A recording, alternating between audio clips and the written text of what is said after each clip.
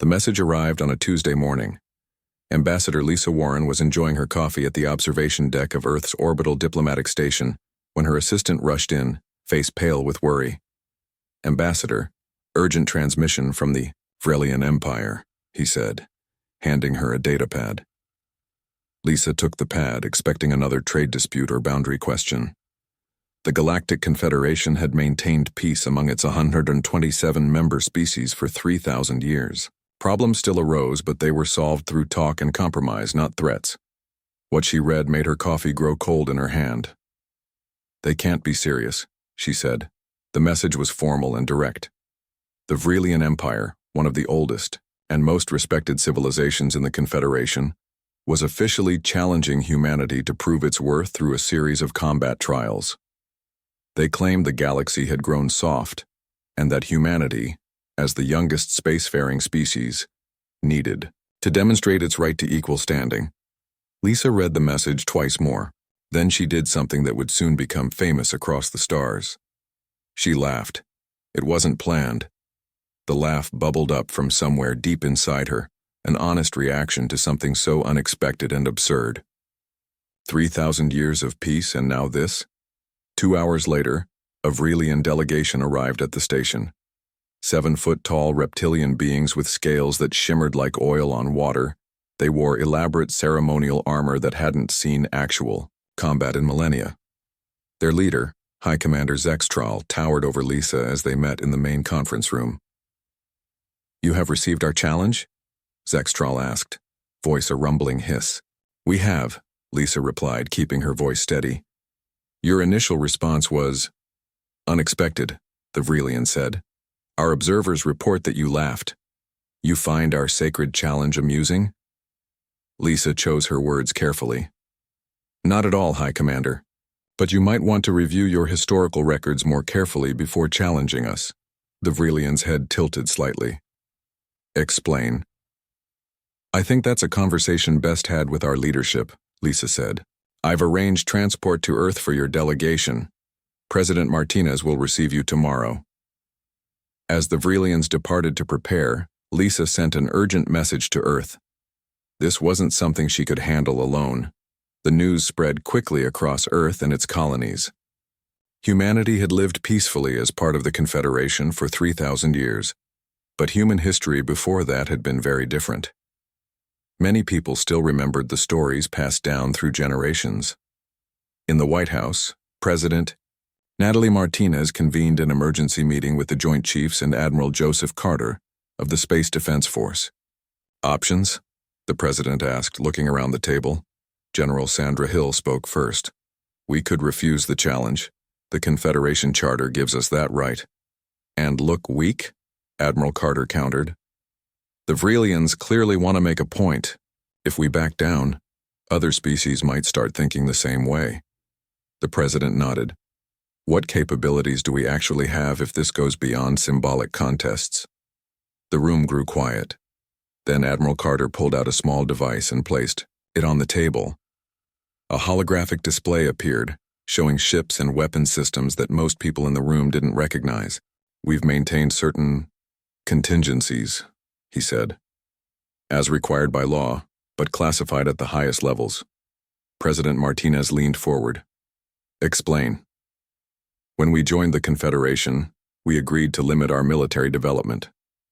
But Congress passed a secret provision requiring us to maintain defensive capabilities in case the peace didn't last.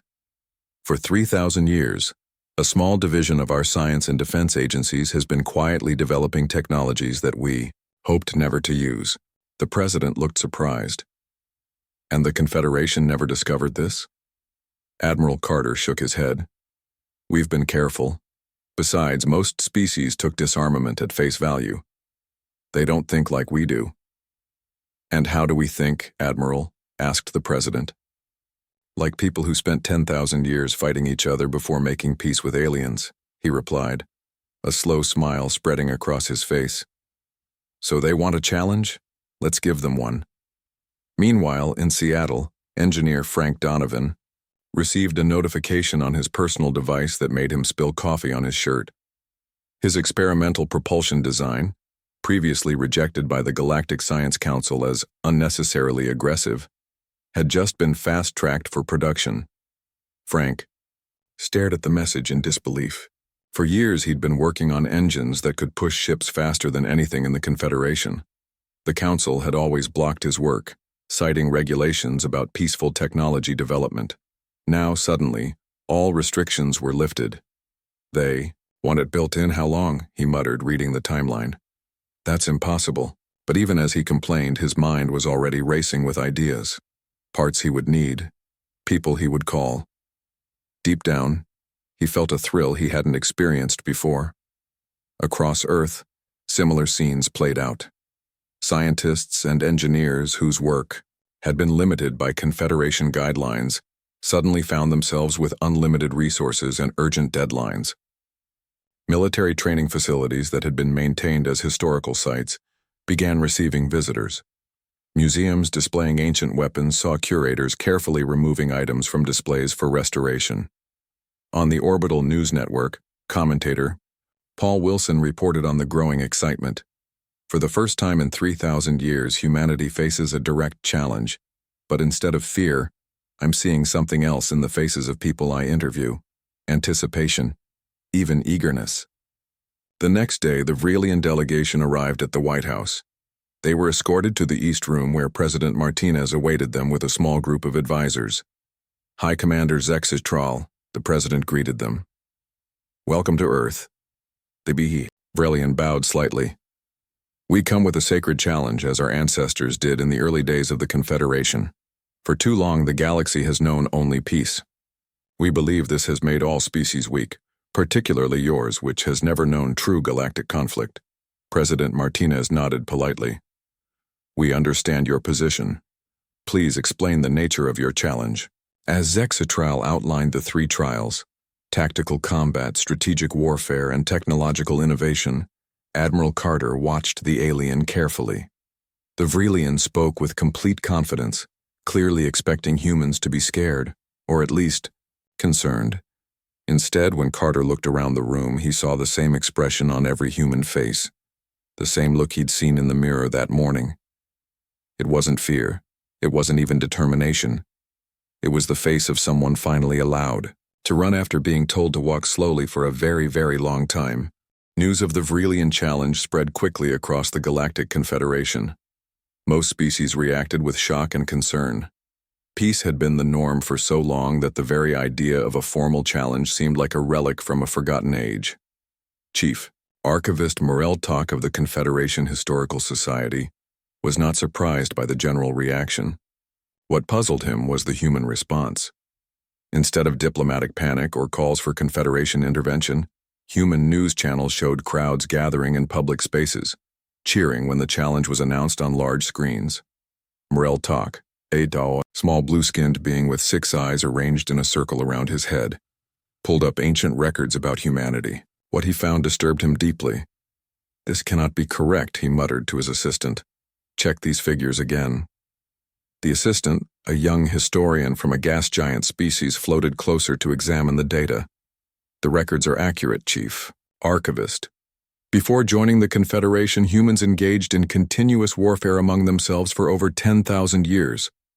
Morel Talk's eyes blinked in sequence. And their technological advancement? Primarily driven by military competition, the assistant confirmed.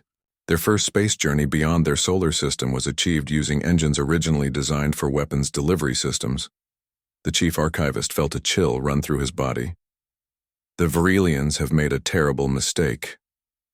On the Vrelian homeworld, their war council gathered in an ancient stone chamber. The walls were covered with carvings depicting battles fought billions of years ago. High Commander Zextral stood before the Emperor, reporting on the initial human reactions.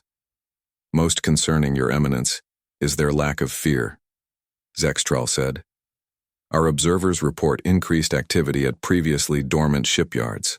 Their entertainment channels have switched from showing peaceful content to broadcasting ancient war documentaries and combat sports.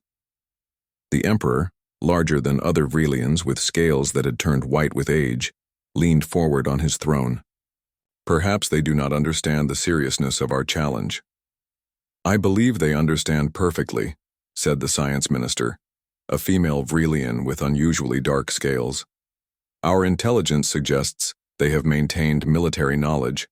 Through games and simulations, what we thought was entertainment may have been training. The Emperor dismissed this concern with a wave of his clawed hand. They have lived in peace for 3,000 years. Whatever warrior spirit they once had has surely faded.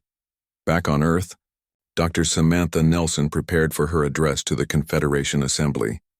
As Earth's leading xenoanthropologist, she had been asked to explain human behavior to the confused alien representatives. Her assistant, Kyle Bennett, helped her organize her notes. "Do you think they'll understand?" he asked. Samantha shrugged. "Probably not completely. Most species evolved through different paths than we did. They achieved peace by suppressing their aggressive instincts or evolving past them. We just redirected ours." Later that day, she stood before the assembly on the Confederation capital world. Representatives from all 127 species watched with a mixture of curiosity and concern. "Distinguished representatives," she began, "to understand humanity's reaction to the Vrelian challenge, you must understand our history. Humans never abandoned our competitive nature when we joined the Confederation. We simply channeled it elsewhere." She displayed images of human activities, sports competitions where athletes pushed themselves to physical limits, business leaders competing in global markets, scientists racing to make discoveries. For 3,000 years, we've competed in sports, economics, and scientific advancement. But the underlying drive remains. The Vrelian challenge hasn't awakened something new in us. It has simply given us permission to express something we've always kept carefully controlled. As murmurs spread through the assembly, one representative stood. It was the delegate from the Talari, a species known for their logical minds. "Are you saying that humans have been preparing for war while pretending to embrace peace?" the Talari asked, voice tinged with accusation. Samantha shook her head. "Not preparing for war, staying true to our nature while respecting the peace. There's a difference." Meanwhile, in a classified facility beneath the Rocky Mountains on Earth, retired General Patricia Winters watched as massive hangar doors slid open for the first time in decades. The cavernous space beyond held rows of sleek vessels and weapons platforms, all covered with protective sheets. "Never thought I'd see these old friends again," she said quietly, as technicians began removing the covers. Her aide, Captain Alan Russell, stood beside her. "Is it true these have been here since before the Confederation?" Patricia smiled. "Some of the original designs, yes, but these aren't museum pieces. They've been updated regularly over the centuries. Project Awakening has been one of humanity's best-kept secrets." "Isn't that against Confederation law?" Alan asked, looking nervous. "Not exactly," Patricia replied. "The law prohibits developing weapons for aggression. These were always defensive. We just never specified what we were defending against." Across Earth and its colonies, similar scenes played out. Reserved military personnel received activation notices. Simulation gamers found themselves recruited for their strategic thinking. Engineers who had designed theoretical propulsion and energy systems were asked to make their designs real. At Space Defense Force headquarters, Admiral Carter reviewed the latest readiness reports with President Martinez via secure video link. "How soon can we be ready for their first challenge?" the President asked. "The tactical team will be prepared within 2 weeks," Carter replied. "Major Kelly Rodriguez is already running drills with her squad." "And the Vrelians?" Carter's expression darkened. "Their combat forces look impressive, but they haven't fought a real battle in thousands of years. Their tactics are straight from their ancient training manuals. Predictable." The President nodded slowly. "Remember, Joseph, this isn't about humiliating them. We need to make our point without creating a real enemy." "Understood, Madam President, but they started this game. We're just going to show them how humans play." That evening, the first recruitment advertisements appeared on media channels across Earth. They didn't mention war or fighting. Instead, they spoke of representing humanity and demonstrating human potential. The response was immediate and overwhelming. In New York City, a young woman named Grace Kim watched one such advertisement on her apartment's display wall. Without hesitation, she reached for her device and signed up. Her roommate looked at her in surprise. "You're joining?" her roommate asked. Grace nodded. "My great-grandmother used to tell me stories from before the Confederation, about how humans used to be. I've always wondered if I had what they had." Across the planet, millions like Grace felt the same way.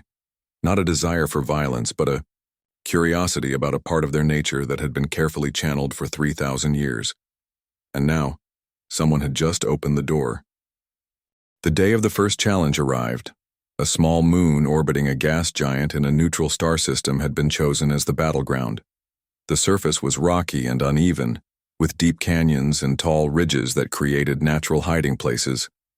Major Kelly Rodriguez led her team of 8 humans to the designated landing zone.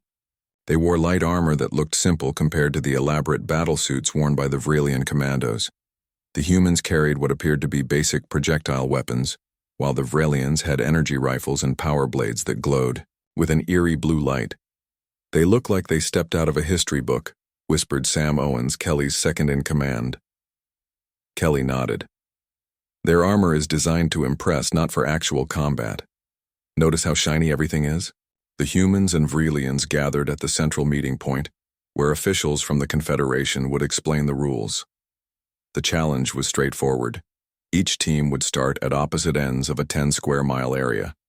The objective was to eliminate the opposing team through tagging them with non-lethal marker rounds. High Commander Zexitral approached Kelly before they separated. "May the best warriors win," he said formally. Kelly smiled. "That's the idea." Across the galaxy, the Confederation broadcast the challenge on all available channels. For the first time in 3,000 years, gambling was openly happening as species placed bets on the outcome. The odds heavily favored the Vrelians. On the observation platform, Admiral Carter watched calmly beside the Confederation moderator, a tall, willowy being from a species that had evolved on a low-gravity world. "Your team seems under-equipped," the moderator commented. Carter shrugged. "We brought what we need." When the signal sounded to begin the challenge, the Vrelian team charged forward in formation, their heavy boots sending up clouds of dust. Their leader, Sub-Commander Krell, directed them with hand signals toward the central ridge that dominated the landscape. "Take the high ground," he ordered. "We will spot the humans from there and pick them off one by one." But when they reached the ridge and set up their position, there was a problem. They couldn't see any humans. "Where are they?" asked one of the Vrelian soldiers, scanning the terrain with enhanced vision. The humans had not charged forward as expected. Instead, they had disappeared into the terrain immediately after the starting signal. Not a single figure could be seen moving across the rocky surface. Sub-Commander Krell felt the first hint of unease. This was not how battles were fought in the historical records or training simulations. "Spread out," he ordered. "Find them." The Vrelians moved in pairs down the ridge, weapons ready. One pair headed toward a deep canyon to the east. As they approached the edge, everything seemed quiet, too quiet. A small stone tumbled down the canyon wall. Both Vrelians snapped their heads toward the sound. Nothing was there. Then a voice spoke from directly behind them. "You're both out." They spun around to find Kelly Rodriguez standing there, her weapon already marking both their chest plates with bright red spots. She had been hiding under a camouflage covering that matched the rocky ground perfectly. "How did you?" began one Vrelian. Kelly shrugged. "We played hide-and-seek as kids." Similar scenes played out across the battlefield. The humans didn't engage in direct combat. They used the terrain, set traps, created distractions, and picked off the Vrelians one by one. Within 3 hours, the entire Vrelian force had been eliminated without a single human casualty. In the observation room, the Confederation moderator stared at Admiral Carter in shock. "This was not a battle," the moderator said. "What was it?" "Tactics," Carter replied, simply. "Your history books show big armies meeting on fields. That's not how humans fight when we have a choice." After the challenge, a Confederation news reporter caught up with Kelly as her team boarded their transport back to the orbital station. "How did your team defeat the larger, stronger Vrelian force so completely?" the reporter asked. Kelly thought for a moment. "We spent 3,000 years playing games," she explained. "Video games, paintball, laser tag. We never stopped practicing warfare, we just made it fun." The reporter looked confused. "Fun?" "Yes," Kelly said with a smile. "Humans can find enjoyment in the strangest things." The video of her response went viral across Confederation networks, causing even more confusion among alien species trying to understand humanity. 2 days later, the second challenge began. This one would test strategic thinking on a larger scale. The Vrelians deployed their most advanced AI battle computer, a massive machine that had been programmed with every military strategy in their long history. Humans countered with Lieutenant Commander Eric Johnson, a naval officer who spent his free time playing chess and strategy games. He sat calmly at a control station, sipping coffee as the challenge began. The challenge took place in a complex simulation of a galactic conflict. Each side controlled virtual fleets and had to achieve objectives across multiple star systems. The Vrelian AI moved its forces in perfect formations, following classical military doctrine. Eric, however, did not play by any recognizable rulebook. He split his forces in ways that made no sense to observers. He abandoned valuable positions, only to retake them later from unexpected angles. He sacrificed ships in what seemed like reckless maneuvers that somehow always led to greater advantages. "What is he doing?" the Vrelian War Minister demanded, watching the simulation unfold from their headquarters. "These are not proper tactics." But they worked. After 12 hours, the simulation ended with another human victory. The Vrelian AI had been unable to predict Eric's seemingly random but ultimately effective strategy. When asked about his approach, afterward Eric shrugged. "I just treated it like a game," he said. "In games, you learn to think outside traditional strategies." That evening, people across Earth and its colonies celebrated the second victory. Public spaces were filled with crowds watching highlights from both challenges. Children played with new toys modeled after the human team's equipment. Restaurants offered victory specials on their menus. On the other side, the Vrelian Emperor called an emergency meeting of his war council. "This is impossible," he growled. "How can they defeat our best warriors and strategists after 3,000 years of peace?" High Commander Zextral looked troubled. "We have been studying their response further, Your Eminence. It seems humans never truly embraced peace the way other species did. They maintained their warrior mindset by transforming it." "Into what?" the Emperor demanded. "Into competition," Zextral replied. "Every aspect of their society contains elements of their warrior past. Their sports simulate combat. Their business practices use military terms. Even their entertainment preserves warfare knowledge through games and stories." The science minister added, "And they've been preparing for this moment, consciously or not, for 3,000 years. While we preserved our ancient traditions as ceremony, they kept their skills sharp through constant practice." The Emperor's scales darkened with anger. "One challenge remains: technological innovation. Surely they cannot defeat us there. We have had space travel for millions of years before they left their planet." The science minister looked uncertain. "There is something else you should know. Our scouts report unusual activity around human shipyards and research facilities. They appear to be building something significant." The final challenge would test technological innovation. The Vrelians approached this with complete confidence. Their species had been traveling among the stars when humans were still learning to make fire. Surely this would be where they finally put the upstart humans in their place. For this challenge, both sides had been given 1 month to develop new technology that would improve space travel. The results would be judged by a panel of neutral Confederation scientists based on practicality, efficiency, and innovation. Chief Engineer Amanda Foster led the human team. Unlike the military personnel from the first 2 challenges, Amanda had assembled a group that confused the Vrelian observers. Her team included garage inventors, engineering students, and ordinary people who built things as a hobby. "Where are your senior scientists?" asked the Vrelian observer assigned to monitor their work. Amanda looked up from the engine component. She was adjusting. "We have a few consultants, but most are busy with other projects. These people are perfect for what we need." "Amateurs?" the observer said with obvious doubt. "People who think differently," Amanda corrected. "In formal education, you learn rules. Sometimes you need people who don't know what's supposedly impossible." The human team worked in a large hangar at the edge of the Nevada desert. The space looked chaotic compared to the pristine Vrelian laboratory on the other side of the world. Music played loudly. People argued passionately over designs. Pizza boxes and coffee cups littered work tables next to complex equipment. 2 weeks into the challenge, Confederation scientists visited both teams to check on their progress.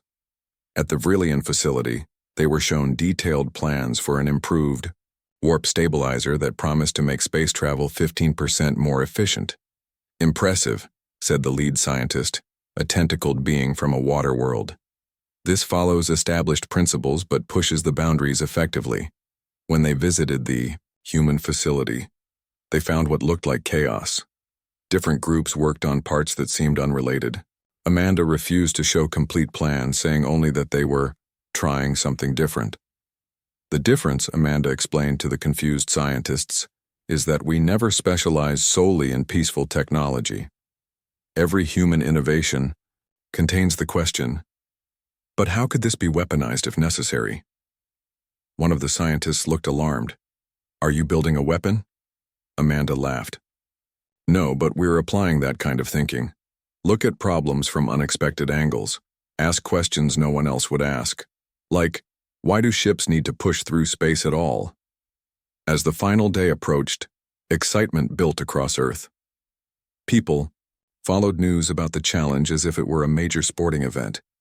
Viewing parties were planned. Merchandise with slogans like "Humans Play Different" sold out quickly. Professor William Davis, a historian at New Harvard University, gave context in a popular broadcast watched by billions. "Throughout human history, we've turned warfare into entertainment," he explained to the audience. "From Roman gladiators to medieval tournaments to modern video games. This psychological adaptation helps us process conflict. The Vrelians never understood that peace didn't change our nature. It just redirected it." The host looked thoughtful. "So these challenges are just another game to humans?" "Yes and no," Davis replied. "We take them seriously, but we enjoy them too. That combination has always been our strength." On presentation day, the Galactic Confederation's Grand Hall was filled with representatives from all 127 species. The Vrelian team went first, unveiling their advanced warp stabilizer with proud confidence. "Our design improves efficiency by 15.3%, while reducing strain on dimensional barriers," the lead Vrelian engineer explained. "This represents the pinnacle of our 3 million years of space travel knowledge." The audience was suitably impressed. A 15% improvement to any space technology was considered a major advancement. When it was humanity's turn, Amanda stepped forward with a small device in her hand, not much bigger than a coffee cup. "What we have isn't an improvement to existing technology," she began. "It's something different." She placed the device on the demonstration platform. With a touch of a button, it projected a field of energy that formed a perfect sphere around it. "We call it a fold drive," Amanda said. "Instead of pushing through space, it temporarily folds space around the ship." She activated a simulation showing a ship equipped with their drive. Instead of moving through space in the conventional sense, the ship caused space itself to bend, bringing distant points together momentarily. "Travel time between Earth and Alpha Centauri under 3 minutes," Amanda stated simply. "Theoretical maximum range, unlimited." The hall fell completely silent, then erupted in chaos. "This violates fundamental laws of physics," shouted the Vrelian science minister. Amanda shook her head. "It doesn't violate them, it just works with them differently." The Confederation scientists rushed to examine the device. After hours of testing, the head of the panel returned to the hall looking stunned. "The human device works," he announced. Our preliminary estimates suggest it may reduce long-distance space travel times by up to 99%. The Vrelian Emperor stood up from his observer seat. Where did this technology come from? You have hidden advanced research from the Confederation. Admiral Carter, sitting with the human delegation, stepped forward. No, we haven't. Every component of this drive was developed openly over the past 3,000 years. We just never put them together this way because there was no need. No need? Such technology would have revolutionized galactic travel, the Emperor said. And made very effective weapons, Carter replied quietly. Something we chose not to explore out of respect for the peace. The implications sank in across the hall. Humans hadn't been hiding complete technologies. They had been developing components while carefully avoiding certain combinations that might disturb the peace, until they were challenged. Back on Earth, the news of humanity's victory in the final challenge led to celebrations across the planet. But unlike the previous victories, there was a more subdued tone to these gatherings. People began to understand what the challenges really meant. In her apartment in New York, Grace Kim watched the broadcast with her roommate. Do you think the galaxy will ever look at us the same way again? Her roommate asked. Grace shook her head. No, they've seen who we really are now. And who is that? Grace thought for a moment. People who make peace a choice, not a necessity. I think that scares them more than any weapon could. In orbit around Earth, Ambassador Lisa Warren received an urgent message. It wasn't just from one species, but from 17, all requesting private meetings to discuss security arrangements with humanity. It has begun, she said to herself. Everything is about to change. 1 week after the final challenge, the Confederation capital World hosted the formal ceremony to conclude the contest. The Great Hall was filled with representatives from all 127 species, and the event was broadcast across the galaxy. The Vrelian Emperor himself attended, something no one had expected. For such a high ruler to appear at what was essentially a concession ceremony was unprecedented. He stood tall in gleaming ceremonial armor, his white scales catching the light as he waited for the human delegation. Ambassador Lisa Warren led the human representatives into the hall.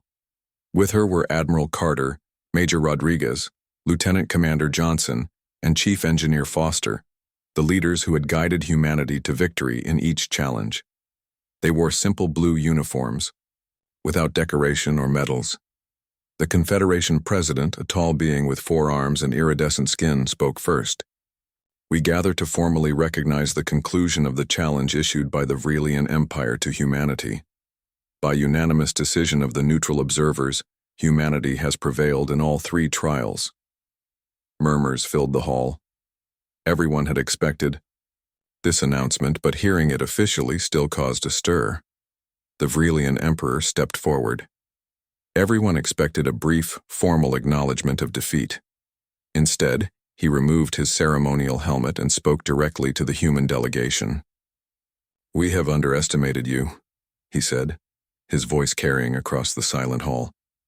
For 3,000 years, we saw your peaceful integration into the Confederation as proof that your species had set aside its warrior past. We were wrong. Lisa. Warren stood calmly, her expression neutral. You did not abandon your nature, the Emperor continued. You transformed it. While we preserved our ancient traditions as empty ceremony, you kept your skills alive through games and sport and friendly competition. You built technological wonders while carefully avoiding their military applications, not because you couldn't create them, but because you chose not to. The Emperor bowed his head slightly. There is wisdom in your species that we have overlooked. The Vrelian Empire acknowledges your victory and withdraws its challenge. Lisa stepped forward to accept the formal acknowledgement. As was customary, she was permitted a brief response. For 3,000 years, we've respected the Confederation's peaceful ways, she said, her voice clear and strong. We've played by your rules, but never make the mistake of thinking we've forgotten our own nature. She smiled, and that smile was broadcast to trillions of beings across the galaxy. Peace is not the absence of conflict. It's the wisdom to channel our drives and instincts toward better purposes. Humans didn't stop being who we are when we joined the Confederation. We just found better ways to express it. As the human delegation prepared to return to Earth, Admiral Carter received an urgent communication. He stepped away from the main group to take the call in a private room. "What's the count now?" he asked without preamble. 42 species, replied the aide on the other end, all requesting military alliances or defense treaties with Earth. Carter sighed. "I was afraid of this." When he rejoined the group, President Martinez was waiting to speak with him via secure channel. "It seems our little demonstration has changed the galaxy's perception of humanity," she said, her image flickering slightly on the small screen. "That was inevitable," Carter replied. "We revealed capabilities we've kept quiet for millennia. Every species that ever felt threatened by another now sees us as potential protectors. Or as threats themselves," the president added. "The Galactic Council has called an emergency session to discuss the human situation. They're concerned about the balance of power." Carter looked out the viewport at the gleaming Confederation capital. "What do we do now?" "We do what humans have always done," President Martinez said firmly. "We adapt. We've shown them our strength. Now we show them our wisdom." Back on Earth, people gathered in homes and public spaces to watch the ceremonies broadcast. Unlike the celebrations after the challenges, the mood was thoughtful and reflective. Seattle, Frank Donovan watched with his engineering team. The propulsion system they had helped design was now the talk of the galaxy. His assistant handed him a message tablet. 7 different species want to license our fold drive technology," she said. "What should I tell them?" Frank thought for a moment. "Tell them we'll share it, with Confederation oversight. This shouldn't become an arms race." In her classroom, at New Harvard University, Professor Carol Miller paused her lecture on galactic history as students watched the ceremony on their devices. "We're witnessing history," she told them as the broadcast ended. "For the first time, the galaxy is seeing humans as we truly are." A student raised her hand. "And how is that, Professor?" "Complex," Miller replied. "Capable of great peace and great violence. We're not simply one thing or the other. That's what has confused other species for so long. They want to categorize us as warriors or peacekeepers. We're both, and neither." The days that followed, humanity faced its greatest diplomatic challenge. With their new status came responsibility. Some humans called for using their position to demand advantages in the Confederation. Others urged caution and restraint. At a special session of the United Earth Council, Admiral Carter addressed the representatives. "We now face a choice," he said. "We can use our revealed strength to dominate, or we can use it to protect the peace we've enjoyed for 3,000 years. An older representative stood up. "Why should we return to the way things were? We've proven our superiority." The room grew quiet as Lisa Warren stepped to the podium. "Because that's what makes us human," she said simply. "Not our ability to win challenges or build powerful technology, but our ability to choose peace when we don't have to." She looked around the room. "Every species in the galaxy now knows what we're capable of. They know we maintained our strength while living peacefully. The question is, what will we do with that knowledge?" 3 months later, the Confederation Charter was revised. New provisions acknowledged the right of member species to maintain defensive capabilities while committing to peaceful coexistence. Humanity took a leading role in the Confederation's newly formed Defense Council, teaching other species how to balance readiness with restraint. And across the galaxy, a new understanding of humans spread. They were not simple creatures of peace or war. They were something more complex, beings who laughed in the face of challenges, who turned conflict into games, who chose peace not from weakness, but from wisdom. When asked by a Confederation reporter what had changed after the challenges, Lisa Warren thought carefully before answering. "Nothing and everything," she said. "We're the same as we've always been. It's just that now the galaxy sees us clearly." She smiled. "And sometimes the most powerful response to a threat isn't anger or fear. It's laughter.